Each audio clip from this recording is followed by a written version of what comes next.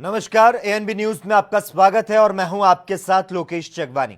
अगर आपको या आपके परिवार में कोरोना वायरस के लक्षण दिखते हैं तो आप इसे नजरअंदाज ना करें और तुरंत कोरोना वायरस का टेस्ट कराएं, क्योंकि यह देखने में आया कि देश में कोविड-19 से मरने वालों का जो आंकड़ा बढ़ रहा है उसकी एक वजह यह भी है कि कई लोग सही वक्त पर टेस्ट नहीं करवाते और इलाज भी नहीं करवाते और इसे नजरअंदाज करते हैं।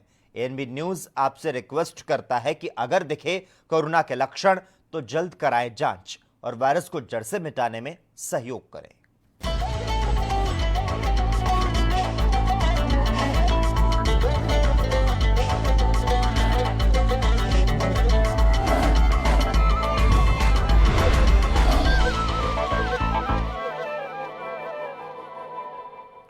छत्तीसगढ़ के मुख्यमंत्री भूपेश बघेल 14 अगस्त को दोपहर 12 बजे अपने रायपुर स्थित निवास में आयोजित एक संक्षिप्त समारोह में वरिष्ठ पत्रकार एवी मुरली को वसुंधरा सम्मान से सम्मानित करेंगे। स्वर्गीय श्री देवी प्रसाद चौबे की स्मृति में स्थापित यह सम्मान विगत 20 वर्षों से लोक जागरण के लिए दिया जा रहा है।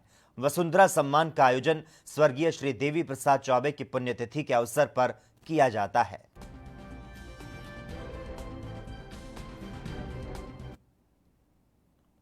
मध्य प्रदेश के गृह मंत्री नरोत्तम मिश्रा ने पूर्व मुख्यमंत्री और पीसीसी चीफ कमलनाथ के विजन को लेकर जमकर हमला बोला। गृह मंत्री ने कहा कि कमलनाथ जी के 15 महीने के विजन को सभी ने देखा है। उनका विजन था युवा ढोर चराएंगे, युवा बैंड बजाएंगे। उन्होंने कहा कांग्रेस ने 15 महीने में पूरे प्रदेश का ढोल बजा दिया। विधान परिषद गठन को लेकर नरोत्तम मिश्रा ने कहा कि विधान परिषद के गठन का जो जुमला कमलनाथ सरकार ने दिया था, अपने घोषणा पत्र में उस पर 4 कदम भी कमलनाथ सरकार नहीं चल पाई। विधान परिषद के गठन का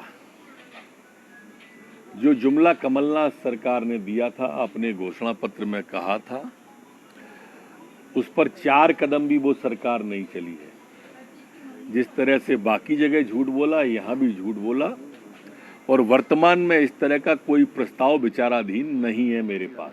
मैंने फिर कहा कि कांग्रेस सिर्फ और सिर्फ झूठ की राजनीति करती है और यही उस राजनीति का एक अंग है। परसों 15 अगस्त है, कह दिया 15 अगस्त को झंडा वंदन करेंगे, कहीं दिखें तो बताना, देखने हम भी जाएंगे। फुर्सत में है इस वक्त और वास्तव में अपनों को रोकना चाहिए। ये परंपरा उनकी पार्टी में खत्म हो गई है। उन्हीं की पार्टी में क्यों ये परंपरा चलती है? उन्हीं की पार्टी के लोग बिछते या टूटते क्यों हैं? जो वो कहते हैं, उनको चिंतन करना चाहिए बैठ के। कमलनाथ जी के विजन की जो बात कही है, 15 महीने में उनके विजन को आपने भी देखा, हमने भी देखा। विजन क्या था? युवा ढोर चराएंगे। विजन क्या था? युवा बैंड बजाएंगे। 15 महीने में पूरे प्रदेश का बैंड बजा दिया।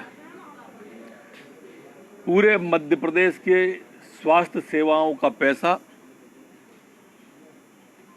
छिंदवाड़ा पहुंचा दिया। ये विजन कमलनाथ जी का था। 15 महीने में एक भी नौजवान को रोजगार नहीं दिया, सिंगल को एक भी भर्ती नहीं निकली उन 15 महीने के अंदर। ये विजन कमलनाथ जी का है। एक नौजवान को बेरोजगारी भत्ता नहीं दिया। कह के झूठ बोलना, घोषणा पत्र में आने के बाद झूठ बोलना, ये विजन कांग्रेस और कमलनाथ जी का है। वहीं झरम मामले में एनआईए कोर्ट के निर्णय का स्वागत करते हुए छत्तीसगढ़ प्रदेश कांग्रेस संचार विभाग के प्रमुख शैलेश नितिन त्रिवेदी ने क्या कुछ कहा, आइए सुनते हैं। भाजपा की केंद्र सरकार लगातार झीरम की साजिश को उजागर होने से रोकने के लिए काम कर रही है। एनआईए ने अपनी पहली रिपोर्ट में अदालत में कहा था कि रमन्ना, गुड़सा उसेंडी और गणपति इस षड्यंत्र में, झीरम की षड्यंत्र में शामिल हैं। लेकिन जब एनआईए ने अपनी फाइनल रिपोर्ट जमा की तो इन लोगों के नाम हटा दिए गए थे। भाजपा आखिर क्यों जीरम के षड्यंत्र की जांच को रोकना चाहती है? भाजपा की केंद्र सरकार की एनआईए और 2013 से 2018 तक भाजपा की राज्य सरकार लगातार जीरम की जांच को बाधित करने में लगी रही। जब छत्तीसगढ़ में कांग्रेस सरकार बनने के बाद एसआईटी गठित की गई तो एसआईटी के जांच को रोकने की भी कोशिशें की गईं। सीधे सीधे जीरम के मामले में जांच को, षड्यंत्र की जांच को बाधित किया जा रहा है। भाजपा की राज्य सरकार ने विधानसभा से सीबीआई जांच का प्रस्ताव भेजा था, लेकिन सीबीआई जांच को भी केंद्र सरकार के स्तर पर, केंद्र सरकार, गृह मंत्रालय, एनआईए और सीबीआई के स्तर पर बाधित कर दिया गया। मध्य प्रदेश के भिंड जिले के मेहगांव विधानसभा अंतर्गत यूपीएससी के परीक्षा फाइट कर आईएएस चयनित होने के बाद अरुण तोमर अपने गृह गांव पहुंचे, जहां बीजेपी कार्यकर्ताओं ने उनका सम्मान किया। उनके गृह गांव बघेली बहादुरपुरा में बने कालका मंदिर पर अरुण तोमर को सम्मानित किया गया।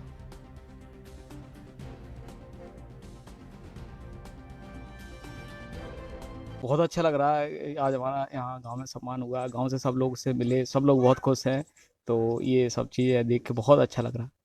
इसका श्रेय किसको जाता है? सबसे पहले भगवान और माता पिता के अलावा मेरे भाई का, मेरे परिवार का पूरा सपोर्ट रहा है। उसके बाद मेरे गांव में भी मेरे गुरुओं ने बहुत इंस्पिरेशन दी है, गांव वालों ने बहुत इंस्पिरेशन दी है। तो सभी लोगों का बराबर साथ रहा है। तो आगे छात्रों के लिए क्या कहना चाहिए? मैं छात्रों के लिए ये कहना चाहूँगा, जैसा कि स्वामी विवेकानंद ने कहा था कि एक बार लक्ष्य निर्धारण कर लो और फिर बस उसमें लग जाओ जब तक उसे हासिल ना कर लो। और इसी के साथ मैं छात्रों से ये भी कहना चाहूँगा कि विपत्तियों से न डरें। जो भी विपत्ति आती है आपके लक्ष्य के दौरान, उनका डटकर सामना करें तो लक्ष्य जरूर। भारतीय जनता पार्टी की और जिस संगठन से प्रेरणा लेकर के भारतीय जनता पार्टी कर रही है, राष्ट्रीय स्वयंसेवक संघ की प्रेरणा से, तो हम सभी जो जनता जनार्दन है, हमारा जो भारतीय समाज है, उसकी प्रतिभाओं का विकास कैसे भी हो और जो प्रतिभाएं विकास कर रही हैं उनका हम सम्मान करें, उनका उत्साहवर्धन करें। यही आज के आप कार्यक्रम की वो रूपरेखा रखी। छत्तीसगढ़ के राजनांदगांव जिले में स्थित धर्म नगरी के नाम से प्रसिद्ध डोंगरगढ़ शहर है, जहां पर गोविंदा उत्सव, जिसे दही हांडी लूट के नाम से जाना जाता है, पूरे देश में तीसरे नंबर पर भव्य रूप से मनाया जाता है।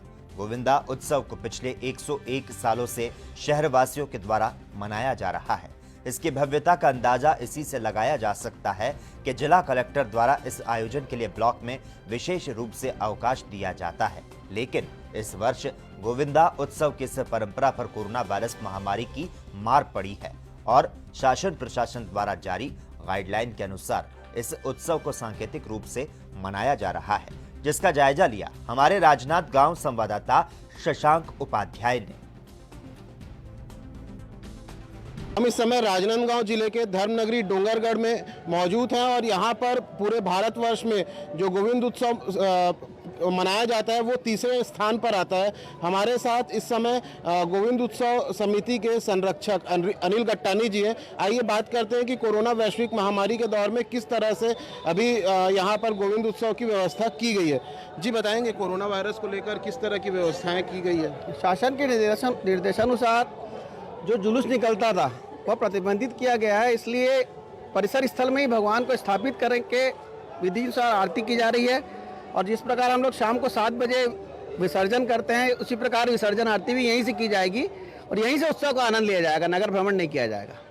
देखने में आता था कि मलखंब और दही लूट की भी व्यवस्थाएं रहती थी, तो वो इस साल हो रहा है या नहीं हो रहा है? वो इस साल नहीं हो रहा है क्योंकि शासन के निर्देश नहीं है किसी भी प्रकार से भीड़ को आकर्षित करना और भीड़ इकट्ठा नहीं करना है ताकि संक्रमण से बचा जा सके। इसलिए उस व्यवस्था को ध्यान में रखते हुए नए स्वरूप में जैसे ही भगवान की इच्छा उस प्रकार से उत्सव मनाया जा रहा है। ये थे अनिल गट्टानी जी, जिन्होंने साफ तौर पर कहा कि कोरोना वायरस संक्रमण को देखते हुए जो भी गाइडलाइंस दी गई थी केंद्र सरकार द्वारा, उनका पालन करते हुए गोविंद उत्सव को मनाया जा रहा है विधिवत रूप से और केवल पूजा अर्चना कर डोला का जो विधिवत पूजा अर्चना है वो की गई है। मैं शशांक उपाध्याय, राजनांदगांव, ANB न्यूज़ के लिए। छत्तीसगढ़ के बेमतरा भूमि पूजन के लिए पहुंचे विधायक का ग्राम जमघट खुड़मुड़ा सांकरा के ग्रामीणों ने जमकर स्वागत किया। बेमेतरा विधानसभा क्षेत्र के ग्रामीण अंचलों के मुख्य मार्ग, स्कूल मार्ग निर्माण कार्य का विधायक आशीष छाबड़ा ने भूमि पूजन किया और इस दौरान विधायक ने ग्रामीणों की अन्य समस्याओं को सुना और जल्द समाधान होने की बात कही। भूमि पूजन में विधायक के साथ पार्टी के पदाधिकारी और कार्यकर्ता मौजूद रहे।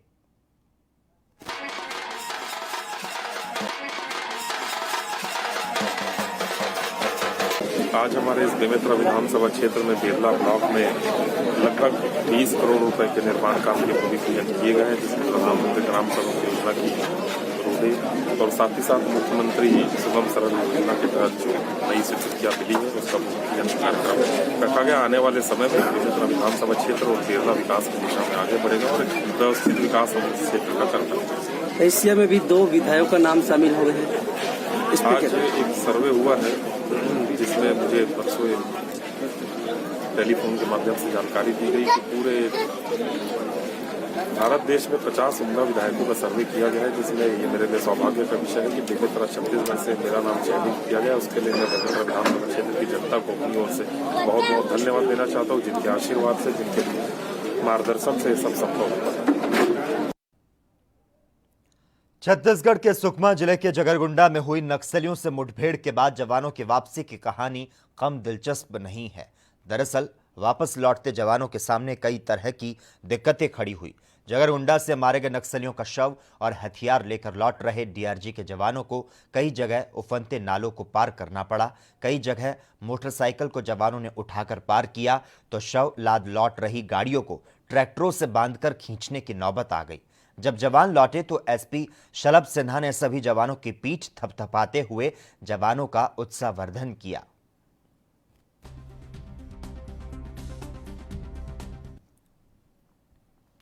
छत्तीसगढ़ वन विभाग के अधिकारियों ने कोरिया जिले के सालवा गांव के पास वन क्षेत्र में एक पेड़ में फंसे एक भालू को बचाया।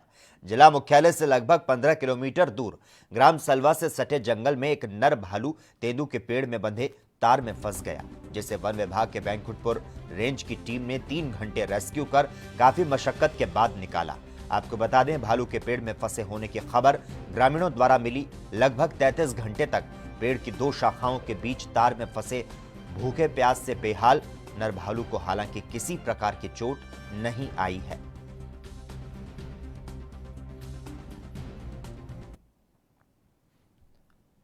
इंसानों के पिकनिक के बारे में आपने सुना होगा, लेकिन आज हम आपको हाथियों के अनूठे पिकनिक की तस्वीरें दिखाते हैं, जहां उनके पसंदीदा अनाज और फलों से उनकी सेवा की जा रही है।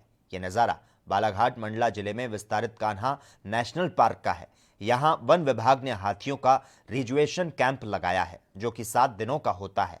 यह कैंप कान्हा नेशनल पार्क के सुबखार, कान्हा, किसली और मुक्की रेंज का संयुक्त कैंप है, जिसमें 9 हाथी सामूहिक रूप से पिकनिक मना रहे हैं। कैंप में नर और मादा और उनके बच्चे शामिल हैं। पार्क के एसीएफ एसएस सिंद्राम बताते हैं कि हाथी साल भर भागदौड़ और पार्क गश्ती दलों के साथ व्यस्त रहते हैं, क्योंकि बारिश के दिनों में पार्क पर्यटकों के लिए बंद रहता है। ऐसे में उनको आने वाले सीजन के लिए चुस्त दुरुस्त बनाए रखने का भी ये उपक्रम है और इस दौरान हाथियों को नहलाकर उनकी अरंडी और नीम के तेल से मालिश की जाती है। इस कैंप में सर सभी हाथी हमारी साथ मिलते हैं, पूरे तीनों रेंज के, और यहाँ पे हम सेब, केला, अनार, गन्ना, भुट्टा ये सब खिलाते हैं सर। और 1 हफ्ता का रहता ही है। 1 हफ्ता यहाँ से जाने के बाद हाथियों में बहुत उमंग आ जाती है, तंदुरुस्ती बढ़ जाती है और बहुत खुश रहते हैं। स्वर्णिम मध्य प्रदेश छत्तीसगढ़ में खबरों का सिलसिला लगातार जारी रहेगा। यहां पर रुकते हैं एक छोटे से ब्रेक के लिए।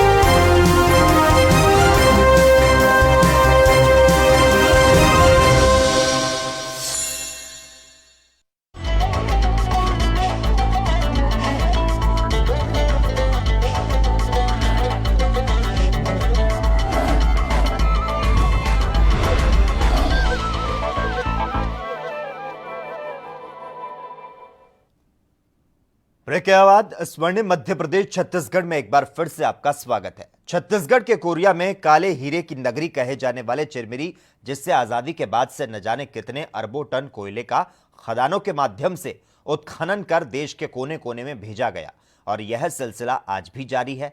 आज कोयलों के परिवहन में लगे ट्रकों के चालकों से लोडिंग के नाम पर मनमानी कर अवैध वसूली का कार्य किया जा रहा है, जिसमें बरतुंगा लोडिंग पॉइंट पर हो रहे अवैध वसूली के मामले पर पूर्व विधायक श्याम बिहारी जायसवाल ने कहा कि अवैध वसूली के रूप में 55 रुपए प्रति टन कोयला फिक्स किया गया, जो कि स्थानीय जनप्रतिनिधि से लेकर उच्च अधिकारियों सहित SECL के अधिकारियों तक जाता है। यह दुर्भाग्यपूर्ण है कि चिरमिरी में रोजगार की स्थिति दयनीय है, फिर भी यहां ऐसी अवैध वसूली की जा रही है। तुंगा लोडिंग पॉइंट में पिछले कई दिनों से अवैध वसूली की बात आ रही है। अभी ट्रक मालिक संघ के कुछ पदाधिकारी और ट्रक ऑनर मेरे से मिले थे। उन्होंने बताया कि अभी 55 रुपया प्रति टन के हिसाब से कोयला में माल उठाव के लिए फिक्स किया गया है और ये पैसा विभिन्न स्तरों में, जहां तक मुझे जानकारी है कि स्थानीय जनप्रतिनिधि से लेकर अन्य विभागों के अधिकारियों समेत SECL को मिलाकर 55 रुपये प्रति टन, मतलब प्रति गाड़ी लगभग 3 से 4 हज़ार के बीच कमीशन वसूलने का खेल चालू है। और ये दुर्भाग्यजनक है कि चिरमिरी क्षेत्र में इस प्रकार का, जो एक हमारा चिरमिरी वैसे भी यहाँ अधिकांश लोग बेरोजगार हैं, अपना गाड़ी ट्रक इत्यादि लेकर अपने परिवार का भरण पोषण कर रहे हैं। ऐसे में इस प्रकार का कमीशन खोरी और भ्रष्टाचार का जो जाल है, लोगों को फंसाने का काम कर रहा है। हम इसका घोर विरोध करते हैं। हमारा भारतीय जनता पार्टी का एक प्रतिनिधिमंडल अभी ट्रक ऑनर और SECL के भी कुछ जो काम करने वाले निचले स्तर कर्मचारी हैं, उनसे मिले हैं। जल्द ही इस विषय में माननीय कोयला मंत्री और CMD को पत्र लिखकर अवगत कराया जाएगा। यदि इसके बावजूद भी ये अवैध वसूली नहीं रुका तो हम सड़कों पर उतरेंगे और एक बड़ा आंदोलन की हम लोगों ने तैयारी कर रखा है। आजकल चिरमिरी में सफ़ेद पोशों के द्वारा एक संगठित अपराध को गढ़ा जा रहा है। उसमें सफ़ेद पोश नेता भी इन्वॉल्व हैं, उसमें पुलिस के अधिकारी भी इन्वॉल्व हैं और SECL के अधिकारी तो बरसों से इन्वॉल्व रहते ही हैं। मेरा आपत्ति ये है कि हमारे चिरमिरी में जो असामाजिक गतिविधियों के कारण हमारे यहाँ का माहौल बिगड़ रहा है। हमारे क्षेत्र के बेरोजगार युवा अभी इस कोयले के लत में लगकर इस गलत तरीके से कमाए गए धन से जो गतिविधियां अपना रहे हैं असामाजिक, उससे मेरी आपत्ति है और मैंने IG सरगुजा को पत्राचार किया है और मैंने कहा है कि इस तरह के संगठित अपराध को रोका जाए, नहीं तो चिरमिरी जैसे बहुत पहले 20-22 साल पहले आतंक का एक गढ़ माना जाता था, यहाँ आए दिन मारपीट होते थे, मर्डर होते थे। कहीं ऐसा न हो कि पुलिस की लापरवाही के कारण SECL और सफ़ेद पोश नेताओं के मिलीभगत से चल रहे ये कोयले के अवैध कारोबार का असर हमारे यहाँ के कहीं बेरोजगार युवाओं को असामाजिक गतिविधियों की ओर न धकेल दें, आपसी मारपीट, रंजिश और इसका खामियाजा कहीं मर्डर तक ना पहुंचे। इसलिए बिगड़ते कानूनी वातावरण को बनाने के लिए असामाजिक गतिविधियों में जो बढ़ोतरी हुआ है, उस बढ़ोतरी को रोकने के लिए हमने IG सरगुजा से आग्रह किया है और DGP और गृह मंत्री साहब को भी मैंने ये पत्र को भेजते हुए कहा है कि इस पर आवश्यक कार्रवाई किया जाए। छत्तीसगढ़ के बिलासपुर जिले के बिल्हा नगर पंचायत में प्रधानमंत्री आवास योजना में जमकर धांधली की गई। इतना ही नहीं, हितग्राही के खाते से निर्माण की राशि निकालकर आवास को पूरा भी नहीं किया गया। सूरजबाई, मणिबाई, मीनाबाई के नाम पर बिल्हा नगर पंचायत में प्रधानमंत्री आवास योजना के अंतर्गत मकान बनवाने की स्वीकृति मिली थी, जिसमें आवास मित्र DKS श्रीवास और ठेकेदार ने हितग्राहियों को झांसा देकर उनके खाते से निर्माण की राशि निकाल ली, जिसकी शिकायत पुलिस अधीक्षक से की गई।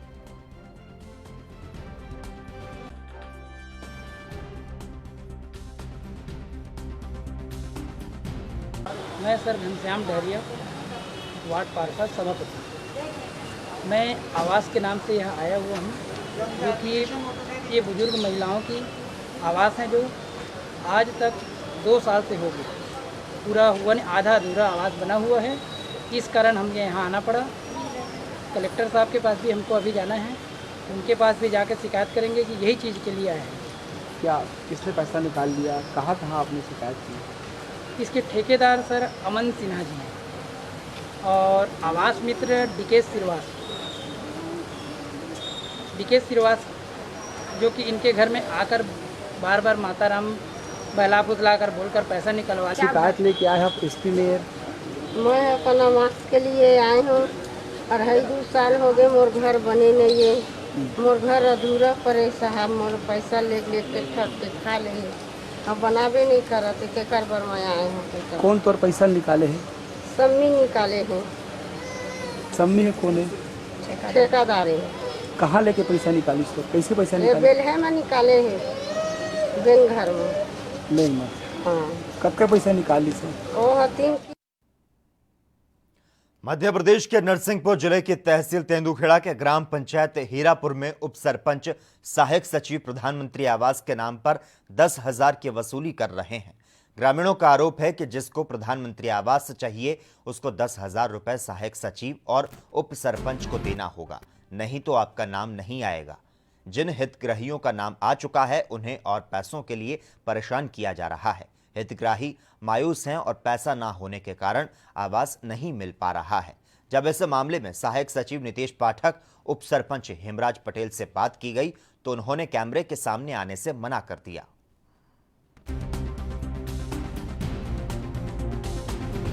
झुग्गी नहीं मिली और सबको मिल गई झुग्गी, हमें तो बहुत पहले की मिल गई। क्या कारण है? पैसा मांगते हैं सब। कितनी मांगे? 10,000 रुपए। साथ में कौन कौन आती? पंचायत कर्मचारी सरपंच है और उनके साथ में जो ग्राम पंचायत के जो कौन है उप सचिव। अच्छा, तो कितनी मांगते हैं? 10,000 रुपए मांगते हैं। पैसे नहीं दिए इस कारण से? इस कारण से नहीं बनी और जिनने पैसे दिए हैं उनकी सबकी तैयार हो गई। आज चल कर देगी हम बिल्कुल 4 लीटर पैसे पानी डालेगी और घोड़ा सड़ा रहेंगे जी। मध्य प्रदेश के शिवपुरी में पोहरी अनुभाग के अंतर्गत 86 ग्राम पंचायतों में मनरेगा के तहत पंचायतों में लाखों रुपए के विकास कार्य हेतु राशि स्वीकृत की गई थी, जिससे अन्य क्षेत्रों से वापस लौटकर आए मजदूरों को रोजगार मिल सके। लेकिन पोहरी क्षेत्र में दबंग सरपंच सचिव सहित सब इंजीनियर और जिले में बैठे अधिकारी सब मिलकर बंदर बांट करने के जुगत में लगे हैं। मामले का संज्ञान अधिकारियों से लेकर कर्मचारियों तक होने के बाद भी कार्रवाई नहीं होती और ऐसे में शासन की योजनाओं की राशि का पोहरी क्षेत्र की ग्राम पंचायतों के सरपंच सचिव बंदर बांटकर राशि को ठिकाने लगाने में लगे हुए हैं। मशीन ने खो दी तो तुम्हारे जॉब कार्ड वगैरह आए, सरपंच भरती हैं। अब जो तुम्हारा जो पैसा निकलेगा, ये मनरेगा का काम है, इसमें तुम्हारी मजदूरी से ही पैसा निकलेगा, तो तुम्हारे जॉब कार्ड वगैरह कहाँ है? सेक्रेटरी सरपंच के जहाँ। तो तुम्हें देते नहीं है कभी जॉब कार्ड? नहीं लाए, बता ही नहीं कभी। तो यहाँ में तुम्हारी अब मजदूरी है, तुम तो फ्री बैठे हो गए घर पे, कोई काम नहीं है। पैसा निकाल भी गए तुम? यही निकाल लेते पैसा वैसा दे, यही गाँव में ही निकालने आ जाते हैं पैसा। तो तुम्हें देते हैं कि खुद ले जाते हैं? 200 रुपये दे जाते हैं, बस ले आते हैं। बस पूरे पैसा बिल जाते हैं मजदूरी के। अबे जैसे जी तलैया को निर्माण भव है, जहाँ तलैया खुदी है, जाए काय से खुदी है? मशीन द्वारा खुदी है। मशीन से? तो गांव में कोई ना काम नहीं करो यहाँ में? और तुम्हारे जॉब कार्ड वगैरह कहाँ है? जॉब कार्ड वगैरह भाई पे है। कौन पे? सेक्रेटरी को हैं? तो फिर जाए पैसे वैसे निकलवाते हैं कभी? निकलवाते हैं पैसे में 200 रुपये दे, 200 रुपया 200 में निकाल देते हैं। तो सबन के रखे हैं का अकेले तुम्हारे रखे हैं? सबन के, सबके रखे हैं। तो जे तलैया खुदिए में कोई ने काम नहीं करो? कोई ने बिल्कुल काम नहीं करो हैं? और क्षेत्र में वहाँ पर मशीन के द्वारा तालाब का खोदने का काम किया जा रहा है। मजदूरों को रोजगार मिलना चाहिए, वो नहीं मिल पा रहा है। एक्चुअली बारिश में भी वैसे खेत तालाब या तालाब का काम चलता ही नहीं है, बंद रहता है। पर यदि ऐसी, चूँकि आज ही आपके द्वारा बताया गया मुझे, मैं उसकी जांच करवाता हूँ और जो भी दोषी होगा उसको कार्रवाई करेंगे।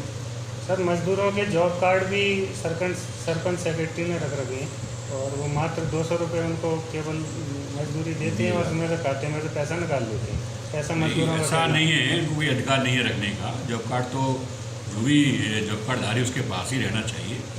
ये यदि बिंदु है जिसकी हम जाँच करवा लेंगे। कहते हैं नदी की गहराई तभी पता चलती है जब नदी में उतरा जाए। अनुभव से ही व्यक्ति सीखता है। ऐसे ही अनुभव से रूबरू हुआ एक व्यक्ति आज कोरोना की बीमारी से लड़ रहे मरीजों को शारीरिक और मानसिक रूप से मजबूत करने का जतन कर रहा है। दरअसल मध्य प्रदेश के बैतूल के रहने वाले आनंद खंडेलवाल 1 महीने पहले ही कोरोना पॉजिटिव पाए गए थे। आनंद के लिए बीमारी की चपेट में आना किसी सदमे से कम नहीं था, लेकिन हिम्मत के पक्के आनंद ने बीमारी से लड़ने की पूरी इच्छा शक्ति दिखाई और वे इससे उबर कर बाहर भी आ गए। पेशे से आनंद एक योगा शिक्षक हैं। अब वे रोज कोविड सेंटर में भर्ती पॉजिटिव मरीजों को योगा सिखाकर उन्हें इम्यूनिटी बढ़ाने के गुर सिखा रहे हैं। कोविड सेंटर के प्रभारी डॉक्टर रजनीश शर्मा ने उन्हें इसके लिए प्रेरित किया और वे तैयार भी हो गए। शहर के इस सेंटर पर फिलहाल 13 कोरोना मरीज हैं। बात तो सही है, वैसे तो कोरोना से इतना डरने की आवश्यकता नहीं, लेकिन बहुत डर है लोगों में। जब मैं वहाँ गया, मतलब मैं तो योग प्रशिक्षक हूँ और फैमिली को जाके योगा कराता हूँ सुबह से दोपहर तक और फिर शाम से रात तक के। तो मैं डिस्टेंस बना के मास्क लगा कराता, लेकिन जो योगा करता है, प्राणायाम करता है, वो तो मास्क नहीं लगा सकता, तो मैं डिस्टेंस बना के करता था। लेकिन फिर भी एक स्टूडेंट हो सकता है उनके फैमिली के मेंबर कहीं बाहर गए होंगे ट्रीटमेंट कराने, तो पॉजिटिव थे, तो उनको पता नहीं था, तो उस समय पॉजिटिव हो गया। जैसे ही मुझे पता चला वो पॉजिटिव, तो मैं आइसोलेट हो गया और उसके बाद में जब मुझे सिम्टम्स आने लग गए तो मैंने चेक कराया और फिर मैं कोविड सेंटर में एडमिट हुआ। 10 दिन वहाँ रहा। बहुत अच्छा, सब डॉक्टर साहब रजनीश शर्मा जी का बहुत वहाँ पे सलाह देते हैं, सबको उत्साहित करते हैं। वहाँ की सारी व्यवस्था, जो सरकारी व्यवस्था है, बहुत बढ़िया है और बहुत अच्छा लगा। वहाँ के जो सारे सदस्य वो मुझे देखते थे योगा करते हुए, मैं सुबह दोपहर शाम तीनों समय योगा करता था, प्राणायाम करता था, तो उनको भी बहुत अच्छा लगा, वो भी करते थे। उसके बाद जब मैं ठीक होके घर आया तो कुछ दिनों के बाद, 1 हफ्ते के बाद में मैंने रेस्ट लिया। उसके बाद मुझे ऐसा लगा, पहले भी लगता था, हालांकि मैं 4 महीने पहले भी मैंने परिवार में प्रस्ताव रखा था कि यदि डॉक्टर्स इतना खतरा लेके, रिस्क लेके जाके ट्रीटमेंट करते हैं, तो योग का भी हम इतना दम भरते पूरे विश्व में कि योग भी बहुत फ़ायदा देता है, तो फिर क्यों नहीं लोग, शिक्षक लोग जाके योग। और इसी के साथ ही स्वर्णिम मध्य प्रदेश छत्तीसगढ़ में इतना ही, लेकिन तमाम अहम खबरों के लिए लगातार आप देखते रहिए ANB न्यूज़।